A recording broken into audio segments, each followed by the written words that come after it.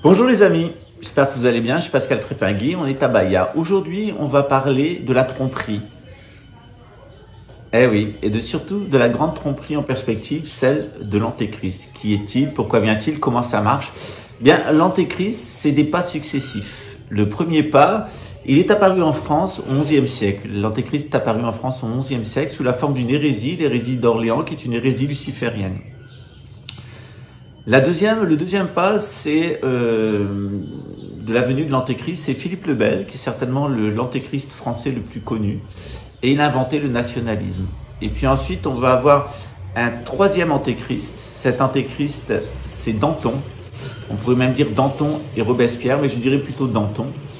Ces grands acteurs de la Révolution française. Et puis, il va avoir à la suite... En fait, on pourrait dire Danton, Robespierre et Napoléon, hein, c'est ces commissaires de la République qui ont fini par devenir des tyrans et faire un coup d'État.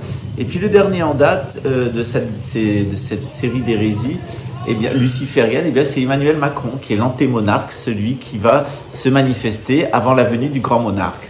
Il y aura quand même une petite parenthèse, c'est celle de la 6e République. Vous savez que la 5e République, eh bien, elle va durer 66 ans jusqu'en 2024, puis vous aurez 18 mois de Front National, 3 x 6, 6. Et en novembre 2026, vous avez le retour du roi Louis XX. Je vous invite à voir l'émission de Thierry Ardisson, elle date de 1983, je crois, où il parle déjà de Louis XX à l'époque. Évidemment, la plupart des personnes qui sont de vrais croyants, eh bien, on voit Kofir écrit en entier sur le front de Harry Windsor, puis on voit venir exactement ce qui est en train de se passer. J'invite aussi à voir la vidéo que j'ai fait aujourd'hui sur la situation au Brésil. Et vous allez voir à quel point tous ces mouvements QAnonistes correspondent exactement à la venue de l'Antéchrist. C'est-à-dire le moment où Satan va se faire passer pour un ange de lumière et un roi de justice. C'est-à-dire il va vous faire croire qu'il a rétabli la justice sur terre, qui vous amène la lumière, la prospérité et la paix. Tout sera fake, comme dans Faust, l'opéra de Goethe. Et vous vous réveillerez, eh bien, les pieds dans le sable. Et c'est ce qui est en train de se mettre en place. Et c'est ça que je suis en train de vous expliquer parce que, bien entendu, la première cible, c'est les croyants. C'est les croyants qui vont être la première cible. Ça a été d'abord les chrétiens qui ont été aveuglés par le nationalisme et ça a conduit à la guerre de 14. Puis c'était les juifs qui ont été aveuglés par le sionisme et sa co-créature jumelle, le nazisme, et qui ont fini dans les camps de concentration. Et maintenant, la pression est mise sur les musulmans.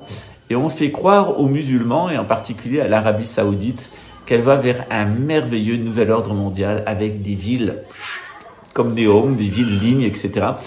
Des grands gratte-ciel qui montent vers le ciel. Tout ça est une parodie satanique. Satan s'est d'ailleurs fait construire un trône à la Mecque. Si vous regardez l'hôtel Hilton, il fait la forme d'un trône.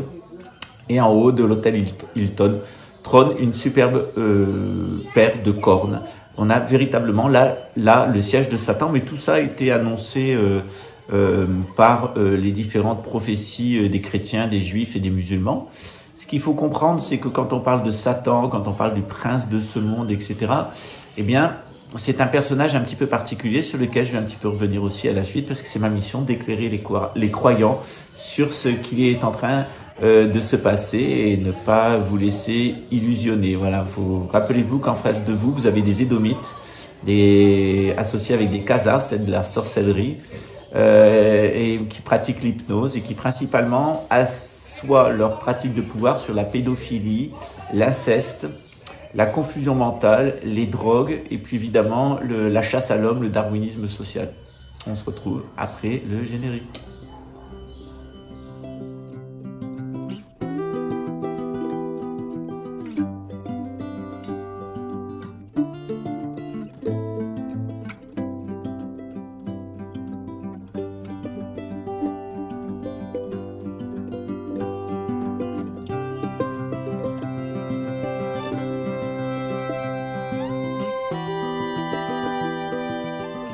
Alors, je vous rappelle que notre projet d'éco-village, c'est un cadre pour atteindre l'éveil, ce n'est pas une fin en soi.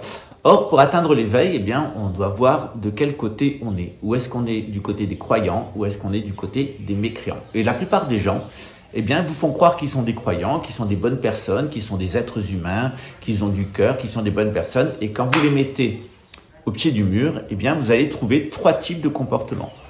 D'abord, c'est le mensonge. C'est la première chose qui apparaît. Nous, on a beaucoup de gens qui nous ont menti. On n'était pas dupes. Généralement, quand on pousse les gens au fond de leurs mensonges, les plus grands des menteurs, ce sont les incestueux qui mentent à leurs enfants pour les violer et qui mentent à la société pour continuer à le faire en toute impunité. Et vous avez vu que sur notre projet d'éco-village, toutes les attaques qu'on a reçues, ce sont des gens qui sont liés à la pédophilie. Que ça soit à Marrakech, que ça soit Jérémy, puisqu'il est inculpé maintenant pour des abus sexuels sur mineurs d'âge, en plus de la plainte qu'on avait fait en 2021, février 2021, mes associés ont fait une plainte contre lui pour escroquerie. Donc Jérémy est bien un pédophile et un escroc, il n'est pas le seul. Vous avez vu aussi que les problèmes qu'on a eu avec Raymond, pédophile et escroc, Samuel, pédophile et escroc, le commissaire en chef de la 42e DP, pédophile et escroc, puisqu'ils nous ont escroqué notre restaurant. On va l'avoir de retour. Et puis l'avocat, pédophile et escroc, je dois bien me dire maître chanteur, celui-là c'est la Commedia dell'Italia, hein. C'est celui-là. Alors, s'il savait, s'il avait un minimum de lucidité, mais il en a aucune, il a le choix entre l'inculpation pour atteinte à la sûreté de l'État au Brésil et puis l'inculpation pour attentat sexuel sur mineurs et détournement de mineurs et pédophilie au Portugal. C'est sans doute à lui de choisir, mais ça a été vraiment un panier de crabes. En règle générale, les vrais croyants, les vraies bonnes personnes ne sont jamais incestueuses, elles ne sont jamais pédophiles, elles ne sont jamais menteuses. Le deuxième point, eh bien, c'est lié au vol. C'est ce qui distingue les croyants des mécréants. Les mécréants, ce sont des gens qui sont voleurs. La première chose qu'ils vont vous voler, c'est avec le mensonge, c'est la vérité. Ils vous volent la vérité. Mais surtout, ils vont vous voler le sens de votre existence en vous imposant des mensonges. C'est des mensonges sociaux, les trois grandes idéologies nauséabondes, le national-socialisme, les deux internationales, la collectiviste et l'individualiste, ou la marxiste et la capitaliste. Et puis évidemment, le nouvel ordre mondial, l'idéologie de la gouvernance mondiale, qui est le supranational. Vous avez ça, trois grandes idéologies. L'idéologie du national-socialisme, l'idéologie des USA et de l'URSS, après l'URSS, c'est donc après l'Empire russe. Les USA, l'idéologie nauséabonde, c'est après la création de la réserve fédérale. Et puis évidemment, vous avez une troisième partie qui est maintenant ce projet de nouvel ordre mondial, ou plutôt de gouvernance mondiale des Édomites. Ces gens-là, ils vous volent la vérité, mais après, ils vont surtout vous voler votre temps et vous voler votre argent. Hitler a dépouillé les Juifs et a ruiné les Allemands. L'URSS a dépouillé les Russes et les a ruinés. Et le capitalisme vous a dépouillé et vous a ruiné. Vous allez voir bientôt l'effondrement du système capitaliste. C'est pareil avec la gouvernance mondiale et il vous l'annonce, Klaus Schwab vous le dit. Eh bien, on vous a menti depuis des années, notamment sur la crise sanitaire. Et puis au final, eh bien, c'est passé le camion aussi. Et t'es beau comme un camion. Et au final, eh bien, ils vous disent, eh bien, on vous a menti sur la crise sanitaire. Maintenant, tout est officiel. Mais en plus, on vous ment surtout, et notamment, vous n'allez plus rien posséder. Voilà. Ce qu'on veut de vous, c'est que vous ne soyez plus des êtres humains. On veut faire disparaître les êtres humains. On ne veut plus que des transhumains, c'est-à-dire des gens qui sont hackés. Ils n'ont plus de spiritualité. Ils n'ont plus de relation avec Dieu. Ils n'ont plus d'empathie pour les autres. Ils sont complètement coupés, ils ne fonctionnent que sur leur cerveau reptilien et on va connecter ce cerveau reptilien à une intelligence artificielle. Vous êtes hacké et on finira le boulot en vous hackant à tous les niveaux, même au niveau biologique, puisqu'on vous modifiera génétiquement. C'est ce que disaient les Guidestones avant qu'un résistant, sans doute musulman, les fasse exploser cette année même aux États-Unis, en Géorgie. La Géorgie, c'est le grand état du satanisme édomite. Je rappelle que la Khazarie, ça s'appelle actuellement la Géorgie. Et que le fief des Khazars des États-Unis, où ils travaillent avec les Édomites, c'est aussi la Géorgie. C'est d'ailleurs dans l'état de Géorgie, sur l'île de Jekyll Island, qu'a été créée la réserve fédérale et l'ISSR. L'ISR, c'est-à-dire l'impôt sur le revenu américain. D'ailleurs, je vous rappelle qu'il y a une chanson qui est très amusante. C'est une chanson de Blackwell qu'il chantait avec Michael Jackson et il disait « I always feeling somebody's watching me ». Je me suis souvent senti comme si quelqu'un me regardait. Et ce n'est pas une imagination, it's not a fantasy. Je sais me rappeler la chanson. I always feeling somebody's watching me. And it is no fantasy. Wow, wow, wow. Et il se demande dans la chanson qui peut bien me regarder. Est-ce que c'est les impôts ou est-ce que c'est Satan? Et c'est exactement la situation dans laquelle vous êtes à l'heure actuelle. Vous êtes observé par Satan, c'est-à-dire les banques, et vous êtes observé par leur système de raquettes, c'est-à-dire les impôts. Et vous allez voir que ce qui va se mettre en place maintenant, c'est un espèce d'impôt capitaire mondial. Ça va être un vol organisé de toute l'humanité. Les États-nations vont être détruits, leur patrimoine être mis sous le contrôle de l'ONU. Ça a commencé au Brésil avec le projet de mettre l'Amazonie sous contrôle. Et puis international, et de sortir de la souveraineté populaire brésilienne et de la couronne. Donc d'abord de la couronne, et puis après les Illuminati, les jésuites Illuminati, c'est toujours la même chose. D'abord, ils virent le roi en disant que c'est le peuple qui est le roi, et puis après, ils virent le peuple et ils disent c'est nous qu'on a le pouvoir. Voilà, c'est-à-dire, vous avez vu avec Macron, ils ont viré le roi, puis maintenant ils ont viré les présidents de la République et ils ont mis directement leur pantin. Voilà, et on en arrive donc à la troisième phase. Ils vous ont menti, ils vous ont volé, ils ont entretenu chez vous la confusion idéologique, mais aussi la confusion religieuse. Et cette confusion religieuse, c'est le New Age, c'est la franc-maçonnerie déviée, pas la franc-maçonnerie elle-même, mais la franc-maçonnerie déviée, c'est le New Age. Et c'est les trois grandes idéologies nauséabondes du New Age, le spiritisme, la théosophie d'Alice Bailey, Blavatsky, Anne Besant, Oscott, etc. La Golden Dawn, qui était une loge de pédophiles liée à la théosophie. Et puis l'Ordo Templo Orientalis, alors là, carrément c'était de la pédophilie en direct et c'était la condition pour entrer dans cette secte théosophique. La théosophie, c'est toujours lié à la pédophilie. Je me trompe jamais dès que quelqu'un me dit qu'il est théosophe, qu'il me parle d'Alice Bailey, etc., Anne Besant, Blavatsky, etc. Un jour ou l'autre, vous découvrez que ces gens ont un rapport avec la pédophilie, ne serait-ce qu'en marge des hôtels des pays arabes à touristes, ou maghrébins à touristes.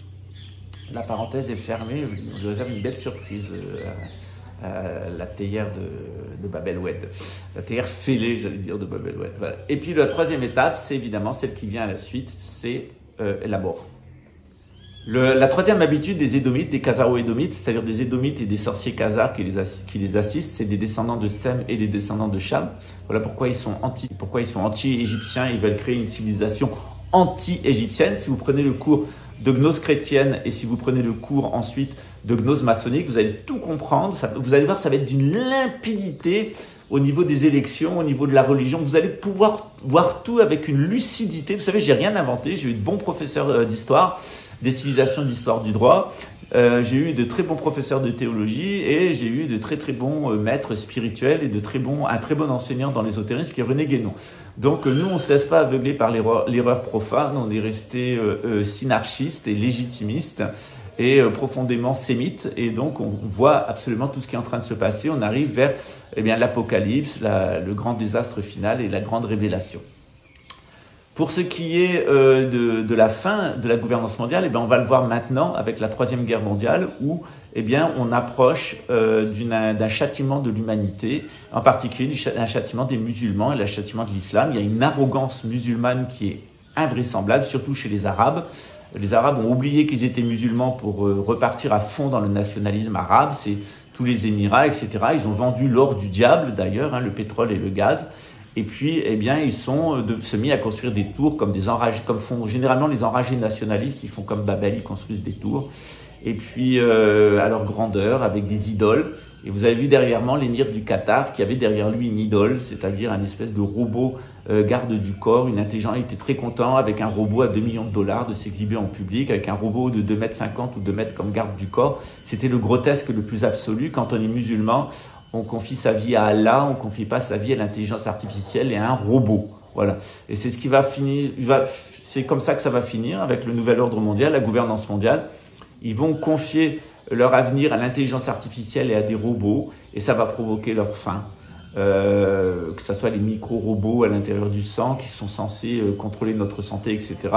Ça ne marche pas, ça a beaucoup plus d'inconvénients que d'avantages, c'est très intoxiquant. Sur le papier, c'est génial. Je dois dire, les nanotechnologies sur le papier, c'est absolument génial. Mais dans la réalité, ça ne marche pas. Vous allez le voir de plus en plus. Parce qu'on a eu le droit à un essai à grandeur nature. Ensuite, vous verrez que tout ce qu'ils nous disent d'un point de vue économique et d'un point de vue psychologique sur l'intelligence artificielle, c'est un désastre. L'intelligence artificielle, c'est elle qui va provoquer des crashs boursiers et l'effondrement de l'économie, tout simplement parce que c'est à câble. Vous verrez aussi que tout ça, c'est non seulement un très grand mensonge, mais c'est une très vaste escroquerie. Et puis au final, vous allez voir, ça va provoquer d'abord la mort des 2/3 des individus de l'hémisphère nord, et ensuite la mort d'1/4 de tous les individus de l'humanité. Les planifications qui ont été faites par le renseignement américain, notamment l'Institut d'Egel aux États-Unis, qui était l'œuvre d'un sénateur républicain, montrent qu'on va vers une très très forte dépopulation de l'hémisphère nord, avec une population russe qui tomberait aux alentours de 40 millions, une population française autour de 27 millions. On va perdre les 2/3 des individus de l'hémisphère nord dans le cadre d'une troisième guerre mondiale qui va être provoquée par l'imbécilité des Arabes. Et vous voyez actuellement comment l'Arabie saoudite est en train de pousser à la crise de nerfs l'Iran. Comment en réalité, malgré tous les efforts des Israéliens pour rester, à la fois ne pas se faire dévorer par leurs voisins et rester en paix, mais à la fois continuer à exister. À la fois les Israéliens, ils veulent agresser personne et ils veulent continuer à vivre. Mais vous allez voir, Netanyahou vient de revenir au pouvoir en Israël et vous allez voir, les problèmes vont revenir en force avec la Russie et l'Iran. Il y avait une tentative du gouvernement de gauche de trouver un accord avec les Iraniens et les Russes. Il y avait une certaine distanciation avec l'Arabie saoudite, mais là c'est revenu à fond. Le tropisme pro-britannique de Mohamed Salman, qui est un homosexuel d'ailleurs, est tellement fort qu'on peut craindre le pire pour le Golfe. Et vous allez voir que c'est là où va jouer la Troisième Guerre mondiale. La Troisième Guerre mondiale, elle va se jouer sur la question de l'existence de l'État d'Israël, une invasion d'Israël malheureuse par la Russie et l'Iran, qui correspond au déterminisme historique, à la venue de Gog et Magog. Et évidemment, ça va provoquer la destruction de l'Iran et la destruction de la Russie et leur asservissement par la gouvernance mondiale. Mais au final, c'est cette gouvernance mondiale elle-même, quand elle croira qu'elle a atteint le pouvoir, c'est-à-dire qu'ils se diront les maîtres du monde et Harry se dira lui-même le Messie et même Dieu, et bien là, ça sera l'heure du châtiment. Avec la venue du Mashiach. Voilà, en tout cas, en tant que juif, en tant que musulman, en tant que chrétien, on attend vraiment le retour du Messie, parce qu'on sait que ça mettra fin au pouvoir des Édomites, à cette espèce d'immense idole qui s'est fait un siège à la Mecque. Parce qu'en réalité, la grande tentation actuelle, elle est autour de la Mecque. Vous savez que l'hôtel Hilton a été fait comme une espèce de siège, et qu'il y a deux espèces de cornes, et on voit très bien que c'est le siège de Satan. Le siège de Satan, de l'islam satanisé, est prévu comme étant à la Mecque. Il y a d'ailleurs un hadith du prophète Mohammed qui dit que lorsque le gros horloge projettera sa montre sur le lieu saint, ça sera l'heure du jugement. Or, le soir, on voit l'ombre de l'hôtel Hilton, qui est une réplique de Big Ben, se projeter sur la cour du lieu saint de la Mecque. C'est absolument scandaleux qu'il y ait l'ombre d'une tour qui passe sur le cube saturnien et sur la pierre météoritaire. Alors pourquoi il y a ce symbole dans l'islam? Si vous avez pris le cours de Gnose 2, vous le savez. C'est-à-dire, en réalité, le météorite, c'est ce qui s'abat sur la Terre et la tue. Et le cube, c'est Saturne, c'est le prince, c'est Satan, le châtiment. Donc en réalité, à la Mecque, on tourne en sens inverse parce qu'on fait un culte anti-satanisme. Et l'islam est profondément anti-satanique dès son origine. Sauf qu'à la fin, c'est les musulmans qui vont se faire tromper par Satan. Ils vont être mis à l'épreuve sur la question des biens, et c'est eux qui provoqueront la Troisième Guerre mondiale et tout ce qui vient après. Mais il ne faut pas le craindre, les chrétiens ont été détruits, les juifs ont été détruits. Maintenant, c'est au tour des musulmans d'être détruits. Il y aura une espèce de grande parodie finale anti-synarchique. Et puis à la fin, la nature nous débarrassera de tout ça. Ça sera le jugement de l'humanité. Donc on dira au revoir aux 2/3 de gogolisés et domisés de l'hémisphère nord et des 1/4 de gogolisés et domisés de la planète. C'est que du bétail à forme humaine.